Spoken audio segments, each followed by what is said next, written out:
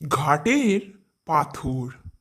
এক পাহাড়ের অনেক উপর থেকে দুটি পাথর একসঙ্গে গড়িয়ে নিচে এসে পড়ে। তার মধ্যে থেকে একটি পাথরে ধোপারা তাদের নোংরা কাপড় জোরে জোরে পরিষ্কার করে, আর একটি পাথরকে শিবলিঙ্গ হিসেবে নদীর ধারের মন্দিরে পুজো করা হয়। ধোপার পাথরটি একদিন দুঃখিত মনে শিবলিঙ্গকে সম্বোধন করে বলল, প্রভু, আপনি ধন্য, আপনি দেব মন্দিরে প্রতিষ্ঠিত আছেন।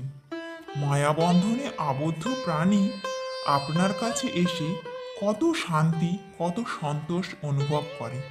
যদি এই পূর্ণ সুযোগ আমিও পেতাম। শিবলিঙ্গ হওয়া পাথরটি এই কথা শুনে গম্ভীর হয়ে গেল আর বলল, প্রভু, আপনার দুঃখ করা বেকার।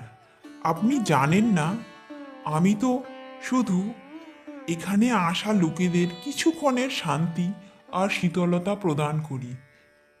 কিন্তু আপনি বরাবরই মনে কোনো রকম ভাব না নিয়ে প্রত্যেকের ময়লা ধুয়ে দিচ্ছেন। আপনার সাধনা ধন্য আর আমার থেকে অনেক উঁচু। ভক্তদের আমার কাছে আসার প্রথম ধাপ তো আপনি। তার জন্য লোকেরা যখন আমার উপাসনা করে তখন আমি আপনার উপাসনা করি। ঘাটের পাথর আনন্দে গদগদ হয়ে উঠল আর দ্বিগুণ উৎসাহে লোকেদের ময়লা ধুতে লাগলো। তার জন্যই তো বলে, কর্ম হলো পূজা।